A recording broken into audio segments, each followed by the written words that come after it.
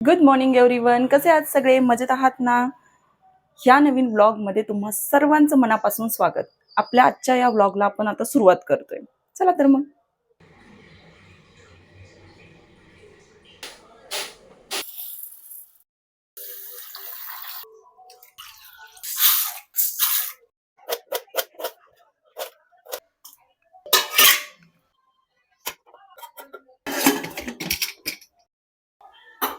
आज दिवसभर थोडासा धावपळीचा दिवस होता. बाकीही व्हिडिओज वगैरे एडिट करायचे होते, सगळ्याच गोष्टी होत्या, त्यामुळे मला आज दिवसभर व्लॉग शूट करता आलेला नाहीये. मी आता संध्याकाळच्या जेवणाचाच व्लॉग शूट करते. रात्रीच्या जेवणामध्ये मी वांग्याचं भरीत, भात, डाळ आणि भाकरी एवढं सिंपल जेवण ठेवणार आहे. आईंना इथे टीव्ही लावून दिले, त्यांचा चहा वगैरे सगळं झालंय. आता मी इथं स्वयंपाक करते, मुलं अभ्यास करतायत. ऑलमोस्ट ती वांगी भाजलेली आहेत. आता आणखी थोडंसं आता इथे एक दोन कट मारते, कारण त्याच्यातून वाफ बाहेर येते. हा फक्त वांग्याला लागलेला डाग आहे, वांग चांगलं आहे, खराब नाहीये ते. मार्केटमध्ये गेले होते, त्या आजींना मी बोलले की मला हे वांग नको आहे, तर त्या मला बोलल्या बाळा घे ना, 2च वांगे शिल्लक आहेत. अशी काय करते, आता काय राहिलेलंच नाहीये. मग त्यांनी मला इथून थोडंसं व्यवस्थित काढून दाखवलं, तर आतमध्ये वांग चांगलं होतं. एज जास्त होतं त्यामुळे मलाही दया आली, मी घेऊन आले ते वांग. आता करून बघते व्यवस्थित आहे की नाही.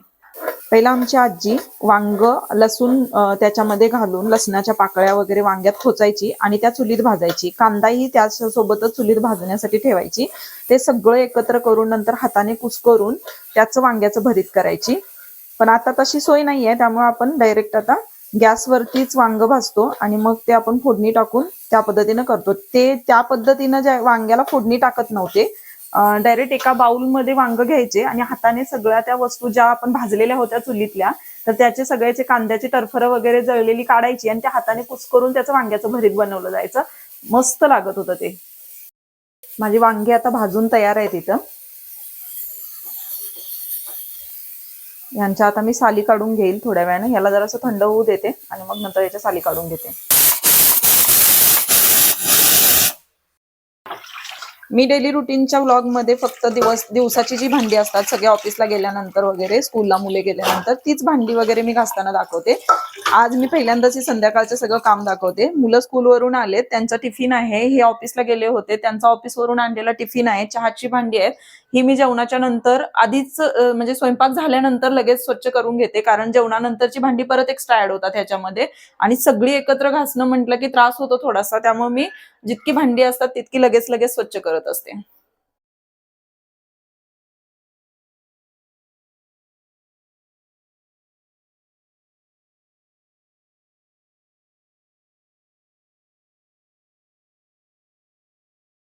ह्या प्लेट विषयी माझ्या काही आठवणी जोडलेल्या आहेत. ही प्लेट माझ्या आईची, म्हणजे माझ्या मम्मीच्या आईची प्लेट आहे ही.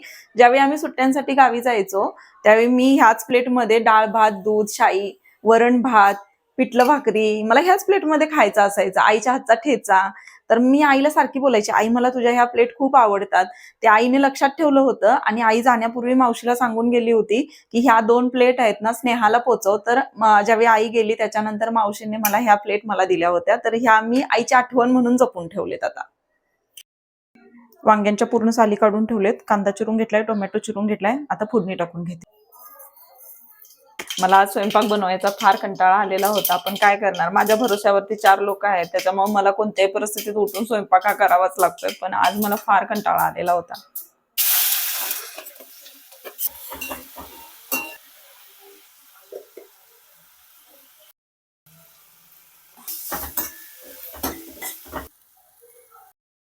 मी वांग्याचं भरीत करून घेतलं, त्याच्यानंतर डाळ फोडणी टाकून घेतली. आता भाकरी करते. आता पाहिजे दिले ना, हे काय खाऊ दिले, खाऊन घे सर, खा. ड्राय कॅट पुडा अजिबात खात नाही. आता ह्याच्यामध्ये मला ग्रेव्ही मिक्स करावी लागेल, त्यावेळी जाऊन हा खायला खातो. आता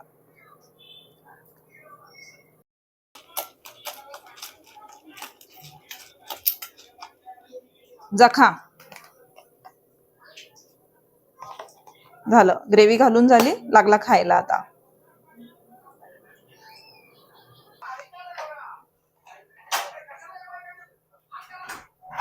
इथे खालीच एक गिरण आहे, तर आम्ही गावाकडून येताना ज्वारी घेऊन येतो. पण ह्यावेळची ज्वारी मला माझ्या फ्रेंडने दिली होती, तर आता मी ती सगळी ज्वारी दळायला देते.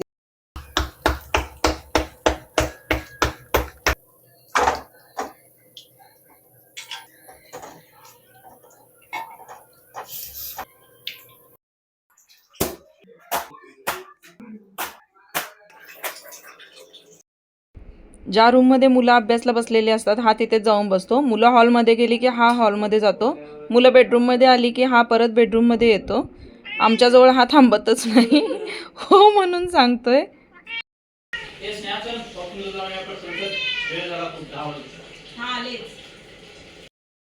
आत्ताच आमचं जेवण झालंय, तर मी आणि माझे मिस्टर आम्ही दोघे आता शतपावलीसाठी चाललोय. तर नेहमी रोजचा आमची दिनचर्या आहे ही, की जेवणानंतर आम्ही थोड्या वेळासाठी शतपावलीसाठी जातोच. कारण हा एक थोडासा हजबंड वाईफसाठी सुद्धा एक असा वेळ असतो की जिथं आपण थोड्याशा गप्पा मारू शकतो. दिवसभरातला थकवा आपला निघून जातो. दिवसभर काय काम केलं, काय झालं आपल्यासोबत, हे आपण डिस्कशन करण्यासाठीचा सुद्धा हा छान वेळ असतो. तर सर्वांनी हा वेळ थोडा तरी काढावाच असं मला वाटतं. तर मी आता यांच्यासोबत शतपावलीसाठी चालले. हे गाईसाठी थोडीशी उरलेली भाजीची भेट आणि चपाती आहे ह्याच्यासाठी. चलो दरवाजा बंद करून घ्या. शिंबा बाय. तो आपली वाट बघत बसतोय ना चपातीसाठी, तर त्याच्यासाठी चपाती घेते.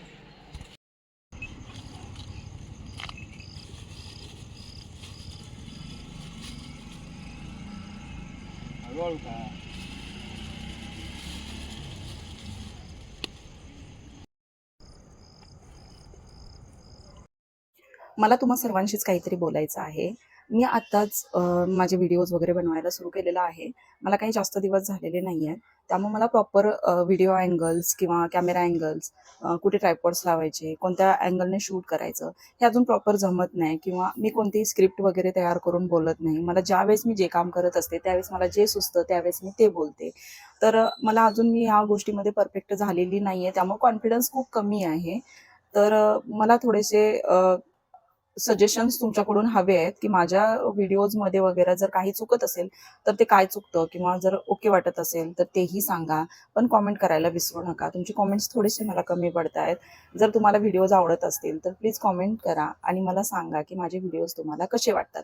जर माझ्या व्हिडिओजमध्ये काही चुका असतील तर त्याही मला कॉमेंटद्वारे सांगा. म्हणजे माझ्या व्हिडिओमध्ये इम्प्रूव्हमेंट करण्यासाठी मला थोडेसे त्याच्यामध्ये प्रयत्न करावे लागतील, तर ते प्रयत्न मी करेन.